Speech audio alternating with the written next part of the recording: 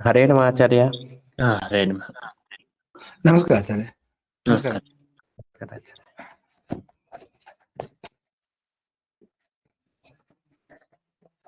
ಶ್ರೀ ಗುರುಭ್ಯೋ ನಮಃ. ಪರಮಗುರುಭ್ಯೋ ನಮಃ. ಶ್ರೀಮದಾನಂದ ತೀರ್ಥ ಪದಾಚಾರ್ಯ ಗುರುಭ್ಯೋ ನಮಃ. ಕೃಷ್ಣಂ ನಾವಂ ನಾರಸಿಂಹಂ ವ್ಯಾಸಂ ನತ್ವಾ ಗುರೂನಪಿ ಜಗನ್ನಾಥಾಖ್ಯೈಕಿನ ಕ್ರಿಯತೆ ಸೂತ್ರದೀಪಿಕಾಂ ಬ್ರಹ್ಮಾಂತಾಕೃವಃ ಸಾಕ್ಷಾದಿಷ್ಟಂ ದೈವಂ ಸೇತ್ಯತೆ. ಆಚಾರ್ಯ ಶ್ರೀಮದಾಚಾರ್ಯ ಸಂತಮೇ ಜನ್ಮಜನ್ಮನಿ ಚಿತ್ರೇ ಪದೇಶ್ಚ ಗಂಭೀರೈವಾಖ್ಯೈರ್ವಾಣೈರಖಂಡಿತೈಃ ಗುರುಭಾವಂ ವ್ಯಂಜಯಂತಿ ಭಾತಿ ಶ್ರೀಜಯತೀರ್ಥವಾಕರ್ತಿಕಲ್ಪಿತಕಲ್ಪೋऽಯಂ ಪ್ರತ್ಯಕ್ಷೇಜಕೇಸರಿ ವ್ಯಾಸತೀರ್ಥಗುರುರ್ಭೂಯಾದಸ್ಮದಿಷ್ಟಾರ್ಥಸಿದ್ಧये पूज्याय राघवेन्द्राय सत्यधर्मरथाय च भजतां कल्पवृक्षाय नमतां कामधेनवे विद्यापीठविधातारं विद्यावारिधिचन्दिरं विद्यार्थिवत्सलं वन्दे महामहिमसद्गुरुं आपादमौलिपर्यन्तं गुरूणाम् आकृतिं स्मरेत् तेन विघ्नाः प्रणश्यन्ति सिद्धिं च मनोरथाः. श्रीगुरुभ्यो नमः. हरिः ओम्. ಓಂ ಆನಂದಮಯೋಭ್ಯಾಸಾತ್ ಓಂ.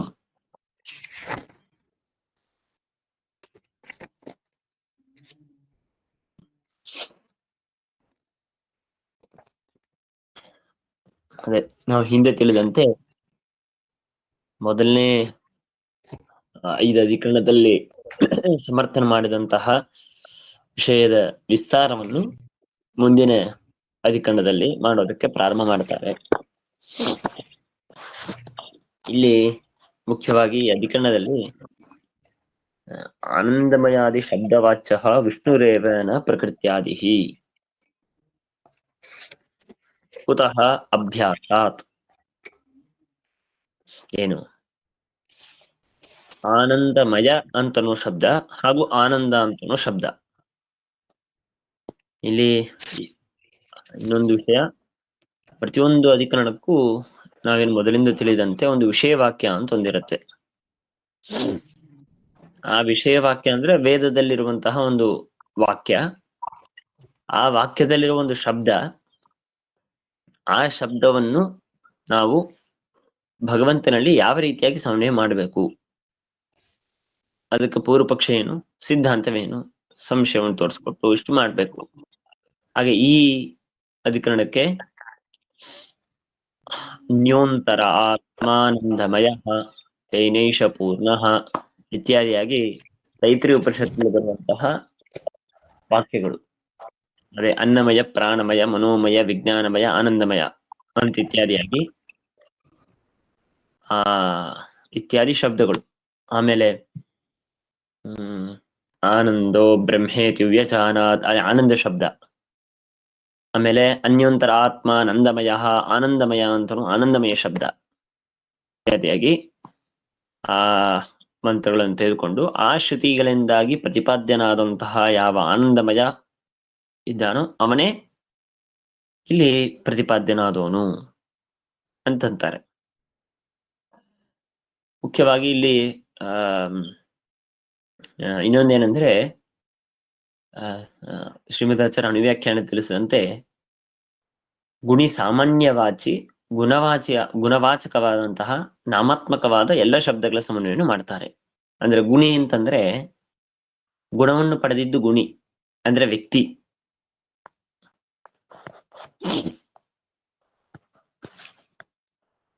ಈಗ ಆನಂದಮಯ ಅಂದ್ರೆ ಗುಣಿಯದು. ಆನಂದವನ್ನು ಪಡೆದವನು ಯಾರೋ ಅವನು ಆನಂದಮಯ. ಹಾಗಾಗಿ ಗುಣಿಯನ್ನು ಹೇಳ್ಕೊಡುವಂತಹ ಶಬ್ದ. ಆಮೇಲೆ ಗುಣವಾಚಕ ಅಂತಂದ್ರೆ ಆನಂದ ಅಂತನ್ನೋದು ಗುಣ. ಆ ಆನಂದ ಅಂತನ್ನುವಂತಹ ಗುಣವನ್ನು ಹೇಳ್ಕೊಡುವಂತಹ ಶಬ್ದ ಇದು ಗುಣವಾಚಕವಾದ ಶಬ್ದ. ಹೀಗೆ ಗುಣಿಯನ್ನು ಹೇಳ್ಕೊಡುವ ಶಬ್ದ ಹಾಗೂ ಗುಣವನ್ನು ಹೇಳ್ಕೊಡುವಂತಹ ಶಬ್ದ ಶಬ್ದದ ಸಮನ್ವಯ ಅಂತನ್ನೋದು ಮಾಡೋದಕ್ಕಾಗಿ ಇಲ್ಲಿ ಹೊರಟಿದ್ದಾರೆ.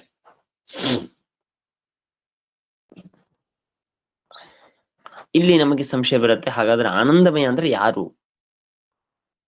ಆನಂದಮಯ ಅಂತಂದ್ರೆ ಚತುರ್ಮುಖ ಬ್ರಹ್ಮದೇವರು ಅಥವಾ ಇನ್ಯಾರೋ ಜೀವನೋ ಅಥವಾ ಪರಮಾತ್ಮನೇ, ಈ ಯಾರನ್ನು ತೆಗೆದುಕೊಳ್ಳಬೇಕು?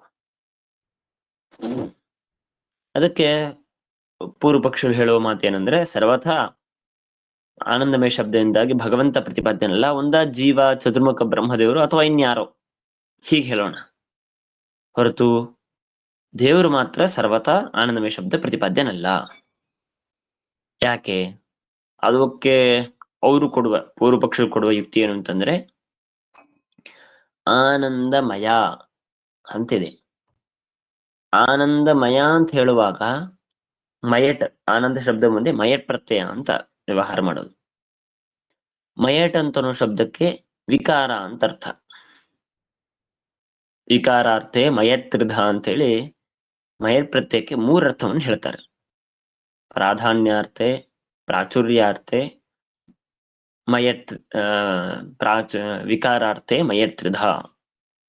ಅದರಲ್ಲಿ ಪೂರ್ವ ಪಕ್ಷಿಗಳು ವಿಕಾರ ಅಂತನೋ ಅರ್ಥವನ್ನು ತಗೊಂತಾರೆ. ವಿಕಾರ ಅಂದ್ರೆ ಏನು? ಆನಂದಮಯ ಅಂದ್ರೆ ಈಗ ಆನಂದ ವಿಕಾರ ಅಂತ ಅರ್ಥವಾಯ್ತು. ಹೇಗೆ ಅಂದ್ರೆ, ನಾವು ಸುಮ್ನೆ ಉದಾಹರಣೆ ತಿಳಿಯೋದಾದ್ರೆ, ಈ ದಾಸರ ಪದದಲ್ಲಿದೆ ನೋಡ್ರಿ, ಸುಖವಾಗಲಿ ಬಹು ದುಃಖವಾಗಲಿ ಸಖನೀನಾಗಿರು ಪಾಂಡುರಂಗ ಅಂತಾರೆ. ಅಂದ್ರೆ ಅದರ ಅಭಿಪ್ರಾಯ, ಏನೇ ಸುಖ ಆದಾಗ್ಲೂ ಸರಿ, ದುಃಖವಾದಾಗ್ಲಿ ಏಕಪ್ರಕಾರವಾಗಿರ್ಬೇಕು. ಭಗವದ್ಗೀತೆಯಲ್ಲಿ ದ್ವಿತೀಯ 12ನೇ ಅಧ್ಯಾಯ ಇತ್ಯಾದಿದಲ್ಲಿ ಹೇಳ್ತಾರೆ,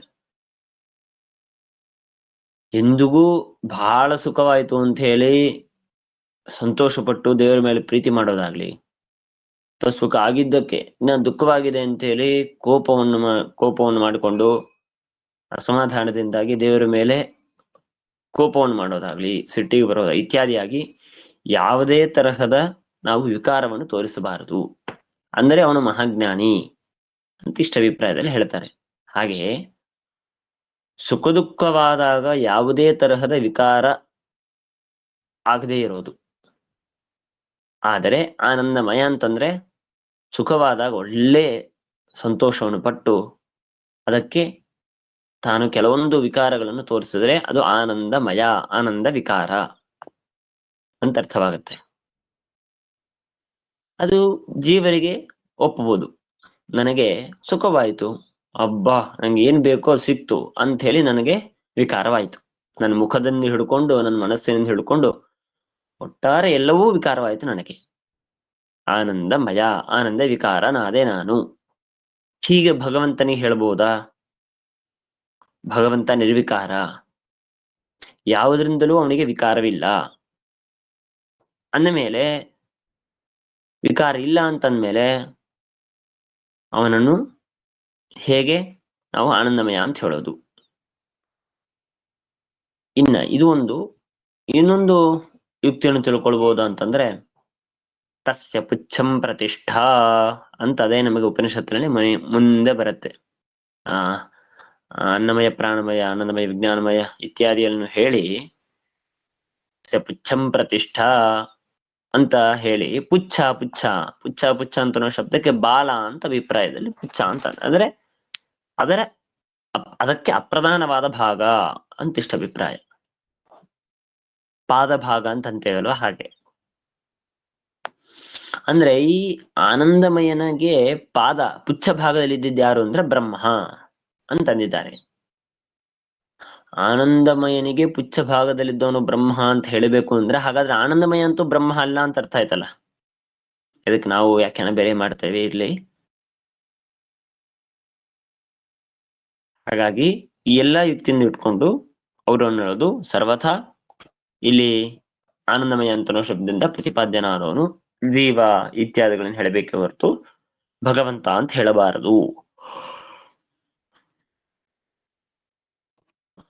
ಅಂತ ಇಷ್ಟು ಪೂರ್ವಪಕ್ಷ ಬಂದ್ರೆ, ಅದಕ್ಕೆ ಉತ್ತರವನ್ನು ಕೊಡುವಾಗ ಆನಂದಮಯಾದಿ ಶಬ್ದವಾಚ್ಯ ವಿಷ್ಣುರೇವ ನ ಪ್ರಕೃತ್ಯಾದಿ. ಆನಂದಮಯ, ಆನಂದ ಇತ್ಯಾದಿ ಶಬ್ದದಿಂದ ಪ್ರತಿಪಾದ್ಯನಾದವನು ಪರಮಾತ್ಮನೇ ಹೊರತು ನೀವು ತಲೆಗೆ ಬಂದಂತೆ ಜೀವ, ಬ್ರಹ್ಮ, ಪ್ರಕೃತಿ ಇತ್ಯಾದಿಯಾಗಿ ಯಾವುದನ್ನು ಹೇಳಬಾರದು. ಕುತಃ, ಯಾಕೆ ಆನಂದಮಯ ಅಥವಾ ಆನಂದ ಇತ್ಯಾದಿ ಶಬ್ದ ಪ್ರತಿಪಾದ್ಯನಾದವನು ಬೇರೆ ಅಂತ ಹೇಳಬಾರದು ಅಂತಂದ್ರೆ, ಅಭ್ಯಾಸಾತ್, ಅಂತ ಸೂತ್ರದ ಖಂಡ. ಏನು ಅಭ್ಯಾಸ ಅಂತಂದ್ರೆ ಅದಕ್ಕೆ ಅಭಿಪ್ರಾಯ ಇವ್ರು ಬರೀತಾರೆ, ಪ್ರತಿ ಪ್ರಕರಣಂ ಆನಂದಮಯಾದು ಬ್ರಹ್ಮಶಬ್ದ ಶ್ರವಣಾದಿತ್ಯರ್ಥ. ಪ್ರತಿ ಪ್ರಕರಣದಲ್ಲೂ ಕೂಡ, ಅಂದ್ರೆ ಪ್ರತಿ ಪ್ರಕರಣ ಅಂತಂದ್ರೆ ಅನ್ನಮಯ ಪ್ರಕರಣ, ಅನ್ನಮಯ, ಪ್ರಾಣಮಯ, ವಿಜ್ಞಾನಮಯ, ಆನಂದಮಯ ಇತ್ಯಾದಿಯಾಗಿ ಪ್ರತಿಯೊಂದು ಪ್ರಕರಣದಲ್ಲೂ ಕೂಡ ನಮಗೆ ಬ್ರಹ್ಮಶಬ್ದವು ಶ್ರುತವಾಗ್ತಾ ಇದೆ. ಆ ಬ್ರಹ್ಮಶಬ್ದ ಇದು ಶ್ರುತವಾಗ್ತಾ ಇದೆ. ಆ ಕಾರಣಕ್ಕಾಗಿ ನಾವೇನ್ ಮಾಡ್ಬೇಕು, ಆ ಬ್ರಹ್ಮಶಬ್ದವಾದರೂ ಯಾರನ್ನು ಹೇಳ್ಕೊಡತ್ತೆ? ಗುಣಪೂರ್ಣನಾದ ಯಾವ ಪರಮಾತ್ಮ ಇದ್ದಾನೋ ಅಂತಹ ಪರಮಾತ್ಮನನ್ನೇ ನಮಗೆ ಹೇಳ್ಕೊಡತ್ತೆ. ಎಲ್ಲಿ ಅಂದ್ರೆ ಈಗ ಏನಂ ಬ್ರಹ್ಮೋಪಾಸತೆ ಅಂಥೇಳಿ ಅನ್ನ ಶಬ್ದ, ಏನಂ ಅನ್ನಮಯವನ್ನು ಹೇಳುವಾಗ ಬ್ರಹ್ಮ ಶಬ್ದವನ್ನು, ಆಮೇಲೆ ಏ ಪ್ರಾಣಂ ಬ್ರಹ್ಮೋಪಾಸತೆ ಪ್ರಾಣಮಯವನ್ನು ಹೇಳುವಾಗ ಬ್ರಹ್ಮ ಶಬ್ದ ಇತ್ಯಾದಿಯಾಗಿ ಪ್ರತಿಯೊಂದು ಅನ್ನಮಯ ಪ್ರಕರಣ, ಪ್ರಾಣಮಯ, ವಿಜ್ಞಾನಮಯ, ಆನಂದಮಯ, ಹೀಗೆ ಪ್ರತಿಯೊಂದು ಪ್ರಕರಣದಲ್ಲೂ ಕೂಡ ನಮಗೆ ಅಭ್ಯಾಸವನ್ನು ಮಾಡ್ತಾ ಇದ್ದಾರೆ. ಆ ಅಭ್ಯಾಸ ಅಂತಂದ್ರೆ ಅದಕ್ಕೆ ಟೀಕಾಕೃತವಾದರೂ ಸೂಚನೆ ಮಾಡಿದ್ದು, ಏಕ ವಿಷಯಕ ಅಸಕರದುಕ್ತಿ ಅಭ್ಯಾಸ. ಇದು ನಮಗೆಲ್ಲರಿಗೂ ಅನುಭವ ಸಿದ್ಧವಾದದ್ದು. ಅದರಲ್ಲಿ ಒಂದು ಅಂಶವನ್ನು ಬಿಡ್ತಾರೆ, ಪ್ರಶ್ನೆ ಮಾಡಿಕೊಂಡು ಒಂದು ಅಂಶವನ್ನು ಬಿಡ್ತಾರೆ. ಏಕ ವಿಷಯಕ ಅಸಕರದುಕ್ತಿ ಅಂತ ಇದ್ದಿದ್ದನ್ನು ಹಾಗೆ ಬೇಡ, ಅದರಲ್ಲಿ ಅರ್ಥ ಮಾತ್ರ ತೆಗೆದುಕೊಳ್ಳಿ. ಅರ್ಥವೇನು ಅಂತಂದ್ರೆ ಏಕ ವಿಷಯಕವಾದ ಅಸಕೃತುಕ್ತಿ, ಒಂದೇ ವಿಷಯದಲ್ಲಿ ಅಸಕೃತ ಅಂತಂದ್ರೆ ಮತ್ತೆ ಮತ್ತೆ, ಸಕೃತ ಅಂದ್ರೆ ಒಂದು ಸಲ, ಅಸಕೃತ ಅಂತಂದ್ರೆ ಮತ್ತೆ ಮತ್ತೆ ಉಕ್ತಿ ಹೇಳೋದೇನಿದೆಯೋ ಇದನ್ನು ಅಭ್ಯಾಸ ಅಂತ ಕರೀತಾರೆ. ಅಂದ್ರೆ ಈಗ ನಾವು ಯಾವುದಾದ್ರೂ ಒಂದು ಶಾಸ್ತ್ರ ಅಧ್ಯಯನ ಮಾಡುವಾಗ ಅಥವಾ ಯಾವುದೋದರೊಂದು ವಿಷಯದ ಅಧ್ಯಯನ ಮಾಡುವಾಗ ಅಭ್ಯಾಸ ಮಾಡಿ ಅಂತ ಅಂತಾರೆ.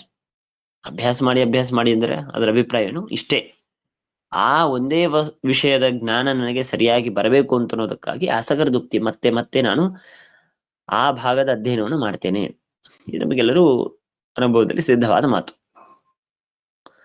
ಅದರಲ್ಲಿ ಅಷ್ಟು ಬೇಕಾಗಿಲ್ಲ, ನಮಗೆ ಸಮಸ್ಯೆ ಬರುತ್ತೆ ಅಸಕೃದುಕ್ತಿ. ಯಾಕೆಂದ್ರೆ ಈಗ ಅನ್ನಮಯ, ಪ್ರಾಣಮಯ, ವಿಜ್ಞಾನಮಯ, ಆನಂದಮಯವನ್ನು ಹೇಳುವಾಗ ಒಟ್ಟು ಬ್ರಹ್ಮ ಶಬ್ದಗಳು ಆನಂದಮಯನನ್ನೇ ಹೇಳುವಾಗ 5 ಅಂತ ಹಾಗಾಗಿಲ್ಲ. ಅನ್ನಮಯ, ಪ್ರಾಣಮಯ, ಮನೋವಿಜ್ಞಾನಮಯ, ಆನಂದ ಒಟ್ಟು ಅಲ್ಲಲ್ಲಿ ಬಂದಿದೆ. ಹಾಗಾಗಿ ನಮಗೆ ಕೇವಲ ಅನ್ನಮಯನ ಪ್ರಕರಣದಲ್ಲಿ ನಿಂತಿಟ್ಕೊಂಡು ಹಾಗೆ ಮಾಡಬಾರದು. ಅಸಕೃದುಕ್ತಿ, ಮತ್ತೆ ಮತ್ತೆ ಅನೇಕ ಬಾರಿ ಬ್ರಹ್ಮ ಶಬ್ದವು ಶ್ರುತವಾಗ್ತಾ ಇದೆ, ಇಷ್ಟೇ ಅಭಿಪ್ರಾಯ.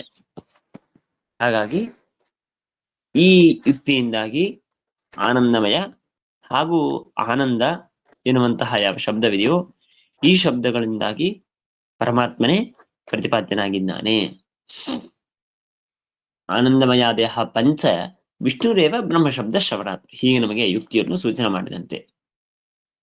ಆನಂದಮಯಾದೇಹ ಪಂಚ ಅಂತಂದ್ರೆ ಆ ಅನ್ನಮಯ, ಪ್ರಾಣಮಯ, ಮನೋಮಯ, ವಿಜ್ಞಾನಮಯ, ಆನಂದಮಯ ಇತ್ಯಾದಿ ಆದಂತಹ ಪಂಚಗಳು ಕೂಡ ಭಗವಂತನನ್ನೇ ತಿಳಿಸ್ಕೊಡತ್ತೆ. ಯಾಕೆ? ಬ್ರಹ್ಮಶಬ್ದಾಭ್ಯಾಸಾತ್,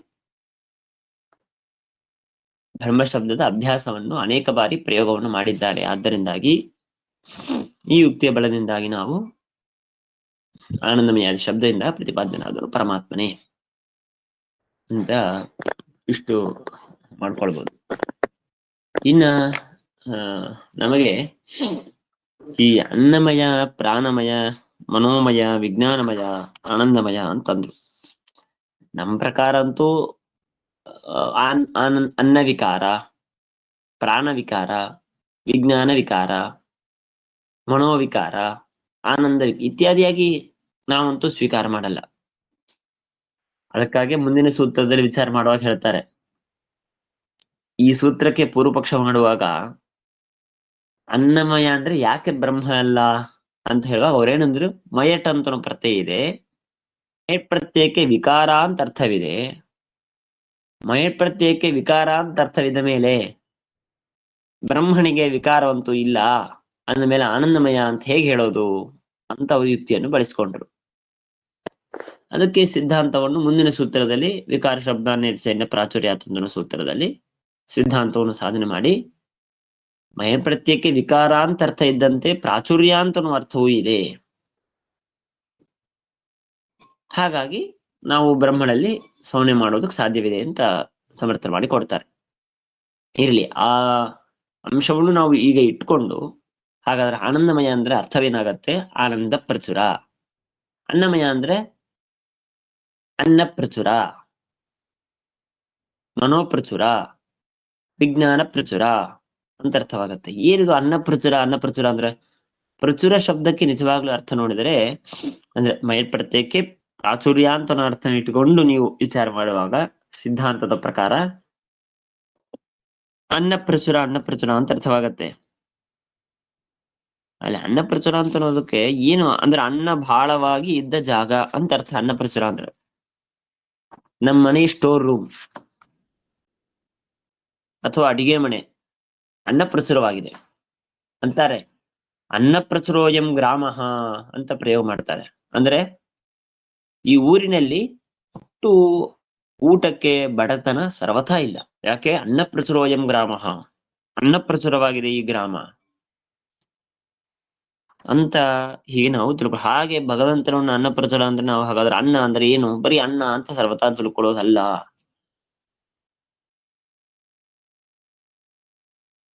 ಯಾಕೆಂದ್ರೆ ಅದಕ್ಕೆ ಭೋಗ್ಯತ್ವ ಚಾಧ್ಯತ್ವ ಉಪಜೀವ್ಯತಯಾ ಹರೇಹೇ ಮಹಾಭೋಕ್ತ ಮಹಾಭೋಗ್ಯ ಇತ್ಯರ್ಥೋನ್ನಮಯೇ ಭವೇತ್ ಮಹಾಪ್ರಾಣೋ ಮಹಾಬೋಧೋ ಮಹಾವಿಜ್ಞಾನವಾನಪಿ ಇತ್ಯಾದಿಯಾಗಿ ಶ್ರೀಮದಾಚಾರ್ಯ ತಿಳಿಸ್ತಾರೆ ನಮಗೆ. ಅಂದ್ರೆ ಅನ್ನ ಪ್ರಚುರ ಅಂತ ನಾವು ಶಬ್ದಕ್ಕೆ ನಾವೇನ್ ಮಾಡ್ಬೇಕು ಅಂತಂದ್ರೆ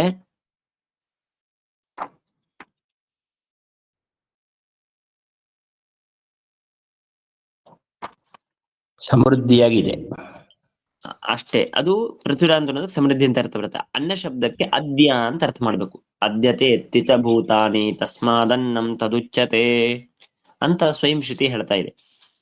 ಯಾಕೆ ಪರಮಾತ್ಮನನ್ನು ಅನ್ನ ಅಂತ ಕರಿತಾ ಇದ್ದೀರಾ? ಅದ್ಯತೆ ಅತ್ತಿಚ ಭೂತಾನಿ, ಭೂತಗಳನ್ನು ಅದ್ಯತೆ, ಸಮಗ್ರವಾದಂತಹ ಎಲ್ಲ ಭೂತಗಳನ್ನು ಅಂದ್ರೆ ಪಂಚಮಹಾಭೂತಗಳನ್ನು ಪರಮಾತ್ಮ ತಾನು ಅದ್ಯತೆ ತಿನ್ನುತ್ತಾನೆ. ಆದ್ದರಿಂದ ಅನ್ನ ಹಾಗೂ ಅದ್ಯತೆ ಅತ್ತಿಚ ಭೂತಾನೆ. ಆಮೇಲೆ ಸರ್ವಭೂತಗಳನ್ನು ಸಂಹಾರ ಮಾಡ್ತಾನೆ. ಸರ್ವಭೂತಗಳ ಸಂಹಾರವನ್ನು ಮಾಡ್ತಾನೆ ಅಂತ ಅನ್ನೋ ಕಾರಣಕ್ಕಾಗಿ ಪರಮಾತ್ಮನಿಗೆ ಅನ್ನ ಅಂತ ಕರಿಬೇಕು. ಹಾಗಾದ್ರೆ ಇಲ್ಲ ಪ್ರಶ್ನೆ ಏನ್ ಬಂತು? ಅನ್ನ ಶಬ್ದಕ್ಕೆ ಹೀಗೆ ನಾನು ಕೇವಲ ಅನ್ನಮಯ ಪ್ರಾಣಮಯ ಎಲ್ಲವೂ ಇದೆ, ಕೇವಲ ಅನ್ನ ಅಂತ ಇಟ್ಕೊಂಡು ನಾನು ಹೇಳ್ತಾ ಇದ್ದೇನೆ ಅಷ್ಟೇ. ಹಾಗಾದ್ರೆ ಅನ್ನ ಅಂತ ಶಬ್ದಕ್ಕೆ ಅದ್ಯ, ಅನ್ನಮಯ ಅಂದ್ರೆ ಅದ್ಯ ಪ್ರಾಚುರ್ಯ. ಅಥವಾ ಇನ್ನೊಂದರ್ಥ ಅತೃತ್ವ, ಅತ್ತ ಅತ್ತಿ ಅಂತಂದ್ರೆ ಸಂಹಾರ ಮಾಡೋದು, ಎಲ್ಲವನ್ನು ತಿನ್ನೋದು ಸಂಹಾರ ಅಂತ ಅಭಿಪ್ರಾಯದಲ್ಲಿ ಹೇಳ್ತಾರೆ. ಅತೃತ್ವ ಪ್ರಾಚುರ್ಯ ಅಂತ ಅರ್ಥ ಬರುತ್ತೆ. ಇದು ಹೇಗೆ ಭಗವಂತನ ಹೇಳೋದು? ಭೂತ ಅದ್ಯತ್ವ ಭೂತ ಅತೃತ್ವ ಅಂತ ಅರ್ಥ ಬಂತು. ಭೂತ ಅದ್ಯತ್ವ ಭೂತ ಅತೃತ್ವ ಅಂದ್ರೆ ಅರ್ಥವೇನು ಅಂತಂದ್ರೆ ಭೂತಗಳನ್ನು ತಿನ್ನುವ ಕ್ರಿಯೆಯನ್ನು ಮಾಡ್ತಾನೆ. ಹೇಗೆ ನಾವು ಅನ್ನವನ್ನು ತಿನ್ನುತ್ತೇವೆ, ಕಲಿಸಿ ಕೈಯಿಂದ ತುತ್ತನ್ನು ಮಾಡಿ ನಾವು ಬಾಯಲ್ಲಿ ಹಾಗೆ ಭೂತಗಳನ್ನು ತಿನ್ನುತ್ತಾನೆ, ಕ್ರಿಯೆಯನ್ನು ಮಾಡುತ್ತಾನೆ. ಇನ್ನೊಂದರ್ಥ ಕರ್ಮಕವಾದಂತಹ ಅದನ್ನ ಕ್ರಿಯೆಗೆ ತಾನು ಕರ್ತೃ ಆಗಿದ್ದಾನೆ ಇತ್ಯಾದಿಯಾಗಿ ಅದ್ಯತ್ವ ಪ್ರಾಚುರ್ಯ ಅತೃತ್ವ ಪ್ರಾಚುರ್ಯ ಇದನ್ನು ತೆಗೆದುಕೊಳ್ಳಬಾರದು. ಅದಕ್ಕೆ ಉಪಜೀವ್ಯ ಅಂತ ಅರ್ಥ ಮಾಡಬೇಕು. ಅಂದ್ರೆ ಅರ್ಥವೇನು? ಅಂದ್ರೆ ಈಗ ಅನ್ನಮಯ ಅಂತಂದಾಗ ಅದ್ಯತೆ ಅಂತ ಅರ್ಥವನ್ನು ಮಾಡಿಕೊಂಡಾಗ ಅವಾಗ ಯಾವ ಅರ್ಥದಲ್ಲಿ ಪ್ರವೇಶನ ಮಾಡ್ತಾರೆ ಅಂತಂದ್ರೆ ಸರ್ವಭೂತ ಉಪಜೀವ್ಯತ್ವ ಪ್ರಾಚುರ್ಯ ಅಂತ ಅರ್ಥ ಮಾಡ್ತಾರೆ. ಉಪಜೀವ್ಯ ಪ್ರಾಚುರ್ಯ ಅಂದ್ರೆ ಎಲ್ಲಾ ಭೂತಗಳಿಗೆ ಉಪಜೀವ್ಯನಾದವನು ಯಾರು ಅಂದ್ರೆ ಪ್ರಧಾನ ಅಂತ ಅಭಿಪ್ರಾಯ. ಯಾವುದನ್ನು ಕೇಂದ್ರವಾಗಿ ಪ್ರಧಾನವಾಗಿ ಇಟ್ಕೊಂಡು ಎಲ್ಲಾ ಭೂತಗಳಿದೆ? ದೇವರನ್ನು. ಹಾಗಾದ್ರೆ ದೇವರೇನಾದ? ಸರ್ವ ಉಪಜೀವ್ಯನಾದ,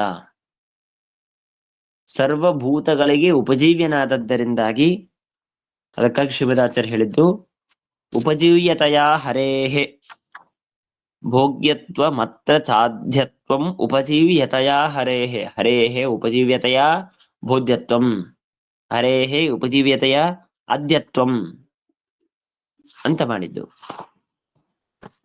ಸರ್ವಭೂತ ಉಪಜೀವ್ಯನಾಗಿದ್ದಾನೆ ಅಂತನೋ ಕಾರಣಕ್ಕಾಗಿ ಭಗವಂತ ಅನ್ನ ಪ್ರಚುರ. ಆಮೇಲೆ ಅದೇ ಅನ್ನ ಶಬ್ದಕ್ಕೆ ಅತ್ತ ಅಂತ ಒಂದು ಅರ್ಥ, ಅತೃತ್ವ, ಅದರ ಕ್ರಿಯಾಕರ್ಮ ಅಂತ ಅಭಿಪ್ರಾಯ. ಅವಾಗ ಅಭಿಪ್ರಾಯ ಏನಂತಂದ್ರೆ ಸಂಹಾರ ಕರ್ತ. ಅಂದ್ರೆ ಭಗವಂತ ತಾನು ಯಾವ ಭೂತಗಳೆಲ್ಲವನ್ನು ಜಗತ್ತನ್ನು ಸೃಷ್ಟಿ ಮಾಡಿದ್ದಾನೆ ಅದೇ ಜಗತ್ತನ್ನು ಮತ್ತೆ ತಾನೇ ಸಂಹಾರ ಮಾಡ್ತಾನೆ ಕಾಲ ಕಾಲಕ್ಕೆ. ಹಾಗಾದ್ರೆ ಸರ್ವ ಸಂಹರ್ತೃ ಆಗಿದ್ದಾನೆ ಭಗವಂತ. ಸರ್ವ ಸಂಹರ್ತೃ ಆದದ್ದರಿಂದಾಗಿ ಭಗವಂತನಿಗೆ ಅನ್ನ ಪ್ರಚುರ. ಈಗ ಹೇಳಿ, ಸರ್ವಭೂತ ಅದ್ಯತ್ವ ಅಥವಾ ಸರ್ವಭೂತ ಅತೃತ್ವ ಅಂದ್ರೆ ಸರ್ವಭೂತ ಉಪಜೀವ್ಯ ಹಾಗೂ ಸರ್ವಭೂತ ಸಂಹರ್ತೃತ್ವ ದೇವರನ್ನು ಬಿಟ್ಟು ಇನ್ಯಾರಿಗೆ ಬರುತ್ತೆ ಹೇಳಿ? ಸರ್ವತಾ ಇಲ್ಲ. ಹಾಗಾದ್ರೆ ಅನ್ನಮಯ ಅಂತಂದ್ರೆ ಯಾರು? ಪರಮಾತ್ಮನೇ. ಲಕ್ಷ್ಮಿ ಬ್ರಹ್ಮ ಯಾರೂ ಇಲ್ಲ. ಸರ್ವಭೂತ ಉಪಜೀವ್ಯತ್ವ ಅಥವಾ ಸರ್ವಭೂತ ಸಂಹರ್ತೃತ್ವ ಯಾವುದೂ ಕೂಡ ಯಾರಿಗೂ ಇಲ್ಲ. ಹಾಗಾಗಿ ಅನ್ನಮಯ ಅಂತ ಅನ್ನೋದಕ್ಕೆ ಪರಮಾತ್ಮ. ಇದು ನಾವು ಕೇವಲ ಅನ್ನಮಯ ಅಂತ ಅನ್ನೋದಕ್ಕೆ ತಿಳಿದಿದ್ದೇವೆ. ಹೀಗೆ ಪ್ರಾಣಮಯ, ಪ್ರಾಣಮಯ ಅಂತಂದ್ರೆ ಮಹಾ, ಒಂದೊಂದಕ್ಕೂ ಅರ್ಥ ಮಾಡ್ತಾರೆ. ಪ್ರಾಣ ಶಬ್ದಕ್ಕೆ ಏನಂತ ಅರ್ಥ ಇದೆ, ಆಮೇಲೆ ವಿಜ್ಞಾನ ಶಬ್ದಕ್ಕೆ ಅರ್ಥ ಏನು, ಮನೋಮಯ ಅಂತಂದಾಗ ಮನಃಶಬ್ದಕ್ಕೆ ಅರ್ಥ ಎಲ್ಲ ವ್ಯವಸ್ಥೆ ಮಾಡಿ ಪ್ರಾಣಮಯ ಅಂತಂದ್ರೆ ಮಹಾಪ್ರಾಣ, ಆಮೇಲೆ ಮನೋಮಯ ಅಂತಂದ್ರೆ ಮಹಾಬೋಧ, ವಿಜ್ಞಾನಮಯ ಅಂತ ಅನ್ನೋ ಶಬ್ದಕ್ಕೆ ಮಹಾವಿಜ್ಞಾನ. ಒಂದೇ ಅರ್ಥದಲ್ಲಿ ಹೇಳಬೇಕು ಅಂತಂದ್ರೆ ಸಂಕ್ಷೇಪವಾಗಿ ಅಂದ್ರೆ ಬರೀ ಶಬ್ದದ ಮೇಲೆ ಮುಗಿದು ಹೋಗುತ್ತೆ. ನಾವು ಸೂತ್ರದಷ್ಟೇ ವಿಚಾರ ಮಾಡ್ತಾ ಇದ್ದೇವೆ. ಆದ್ರೂ ಮಹಾವ್ಯಾಪಾರವನ್ನು ಪಡೆದವನು ಯಾರೋ ಮಹಾಪ್ರಾಣ. ಅನಚೇಷ್ಟಾಯಾಮ್ ಅಂತ ಇಟ್ಕೊಂಡು ಪ್ರಾಣ ಪ್ರಾಣ ಅಂದ್ರೆ ಚೇಷ್ಟೆಯನ್ನು ಮಾಡೋರು, ಚೇಷ್ಟೆಯನ್ನು ಮಾಡೋರು, ಮಾಡಿಸೋರು ಯಾರೋ ಅವರು ಪ್ರಾಣರು. ಅದಕ್ಕಾಗಿ ವಾಯುದೇವರಿಗೆ ಪ್ರಾಣ ಅಂತ ಹೆಸರು ಬಂದಿದ್ದು. ಹಾಗಾದ್ರೆ ಪ್ರಾಣದೇವರಿರಲಿ, ಪ್ರಾಣದೇವರಿಗೆ ಚೇಷ್ಟೆಯನ್ನು ಮಾಡಿಸೋರು ಯಾರು? ಭಗವಂತ. ಹಾಗಾಗಿ ಮಹಾಪ್ರಾಣ. ಆಮೇಲೆ ಮನೋಮಯ ಅಂತನೋ ಶಬ್ದಕ್ಕೆ ನಾವ್ಯರ್ಥ ಮಾಡಿದ್ದೇನು? ಮಹಾಬೋಧ. ಮನಃಶಬ್ದಕ್ಕೆ ಜ್ಞಾನ ಅಂತ ಅರ್ಥ. ಮನು ಅವಬೋಧನೆ ಅಂತ ಇಟ್ಕೊಂಡು ಜ್ಞಾನ ಅಂತ ಅರ್ಥ. ಹಾಗಾಗಿ ಮಹಾಜ್ಞಾನ ಅಂತನೂ ಅರ್ಥ ಬರುತ್ತೆ. ಹಾಗೆ ಅದೇ ರೀತಿಯಾಗಿ ಆನಂದಮಯ ಅಂತ ಅನ್ನೋದಕ್ಕೂ ಅಷ್ಟೇ, ಮಹಾ ಆನಂದ. ಆನಂದ ಶಬ್ದಕ್ಕೆ ಆನಂದ ಅಂತ ಅರ್ಥ, ಮಹಾ ಆನಂದ. ಹಾಗಾಗಿ ಅನ್ನಮಯ, ಪ್ರಾಣಮಯ, ಮನೋಮಯ, ವಿಜ್ಞಾನ. ಅಲ್ಲಿ ಎರಡು ವ್ಯತ್ಯಾಸ ಇದೆ. ಮನೋಮಯ ಅಂತಂದ್ರೆ ಜ್ಞಾನಮಯ, ಜ್ಞಾನಮಯ ಅಂತ ಅರ್ಥ. ವಿಜ್ಞಾನಮಯ ಅಂದ್ರೂ ಜ್ಞಾನ ಅಂತ ಅರ್ಥ ಅಲ್ಲ ಅಂತಂದ್ರೆ ಹಾಗಲ್ಲ. ವಿಶೇಷ ಜ್ಞಾನ, ಸಾಮಾನ್ಯ ಜ್ಞಾನ ಎರಡು ಬೇರೆ. ಸಾಮಾನ್ಯ ಜ್ಞಾನವನ್ನು ಇಟ್ಕೊಂಡು ಮನೋಮಯ ಅಂತಂದ್ರು, ವಿಶೇಷ ಜ್ಞಾನವನ್ನು ಇಟ್ಕೊಂಡು ವಿಜ್ಞಾನಮಯ ಅಂತಂದ್ರು ಅಂತ ಇಟ್ಕೊಂಡು ಎರಡಕ್ಕೂ ಸಮರ್ಥನೆ ಮಾಡಿ ಕೊಡ್ತಾರೆ. ಅಂದ್ರೆ ಅದರ ಅಭಿಪ್ರಾಯ ಸಾಮಾನ್ಯೇ ತ್ವವಿಜ್ಞೇಯ ವಿಶೇಷ ಮಮ ಗೋಚರಾಹ ದೇವಾದೀನಾಂ ತಜ್ಞಾನಂ ವಿಜ್ಞಾನಮಿತಿ ಕೀರ್ತಿತಂ ಅಂತ ನಮಗೆ ಪ್ರಮಾಣ ಕೊಟ್ಟು ದೇವತೆಗಳಿಗೆ ಬರುವ ಜ್ಞಾನ ವಿಶೇಷ ಜ್ಞಾನ, ಸಾಮಾನ್ಯರಿಗೆ ಬರುವ ಜ್ಞಾನ ಸಾಮಾನ್ಯ ಜ್ಞಾನ ಅಂತ ಹೀಗೆ ವಿವೇಚನವನ್ನು ಮಾಡಿ ನಮಗೆ ವಿವರಣೆ ಮಾಡಿ ಕೊಡ್ತಾರೆ. ಹಾಗಾಗಿ ಈ ಅರ್ಥವನ್ನು ಇಟ್ಟುಕೊಂಡು ವಿಚಾರ ಮಾಡುವಾಗ ಆನಂದಮಯ, ಅನ್ನಮಯ, ಪ್ರಾಣಮಯ, ವಿಜ್ಞಾನಮಯ ಇತ್ಯಾದಿ ಶಬ್ದಗಳು ಕೇವಲ ಭಗವಂತನನ್ನೇ ಹೇಳ್ಕೊಡುತ್ತೆ. ಸರ್ವತಾ ಬೇರೆಯವರನ್ನು ಹೇಳ್ಕೊಡೋದಕ್ಕೆ ಸಾಧ್ಯವೇ ಇಲ್ಲ ಅಂತ ಇಷ್ಟನ್ನು ಅಭ್ಯಾಸವನ್ನು ಇಟ್ಕೊಂಡು ಅಸಕೃದುಕ್ತಿ ಮೇಲಿಂದ ಮೇಲೆ ಬ್ರಹ್ಮ ಶಬ್ದದ ಅಭ್ಯಾಸ ಅಂತನೂ ಇಟ್ಕೊಂಡು ಸಮರ್ಥನೆ ಮಾಡಿ ನಮಗೆ ಕೊಟ್ಟು. ಇನ್ನ ಇದರ ಮುಂದೆ ಮುಂದಿನ ಸೂತ್ರದಲ್ಲಿ ವಿಕಾರ ಶಬ್ದ ನಿರ್ಚೇನ್ನ ಪ್ರಾಚುರ್ಯಾತ್ ಅಂತನೂ ಸೂತ್ರದಲ್ಲಿ ಹಿಂದಿನ ಸೂತ್ರದ ಪೂರ್ವ ಪಕ್ಷವನ್ನು ಮಾಡುವಾಗ ಮಯಟ್ ಶಬ್ದಕ್ಕೆ ವಿಕಾರ ಅಂತ ಅರ್ಥವಿದೆ. ವಿಕಾರ ಅಂತವಿದ್ದ ಮೇಲೆ ಅದನ್ನು ಬಿಟ್ರೆ ಹೇಗೆ? ಅದಿದೆ ಅಂತಂದ್ಮೇಲೆ ನಾವು ಬ್ರಹ್ಮನನ್ನು ತಿಳ್ಕೊಳ್ಳಿಕ್ ಸಾಧ್ಯವೇ ಇಲ್ಲ ಅಂತ ಏನು ಪೂರ್ವಪಕ್ಷ ಮಾಡಿದ್ರು, ಅದರ ಸಿದ್ಧಾಂತವನ್ನು, ಅದರ ಪೂರ್ವಪಕ್ಷವನ್ನು ಖಂಡನೆ ಮಾಡಿ ಸಿದ್ಧಾಂತವನ್ನು ಹೇಳೋದಕ್ಕಾಗಿ ಮುಂದಿನ ಸೂತ್ರದಲ್ಲಿ ವಿಚಾರ ಮಾಡ್ತಾರೆ. ಓಂ ವಿಕಾರ ಶಬ್ದ ಅನ್ಯೇತ ಪ್ರಾಚುರ್ಯಾತ್. ಓಂ. ನಾಳೆ ಮಾಡ. ಆಯ್ತಾಯ್ತು. ಜೈ ಕೃಷ್ಣ. ಜ್ಞಾನಂ ಹರೇ ಪೂಜಾ ಹರೇರೇವ ಸದಾ ಹರೇಧೀನಂ ಚ ಸರ್ವತ್ರ ಶ್ರೀಕೃಷ್ಣ.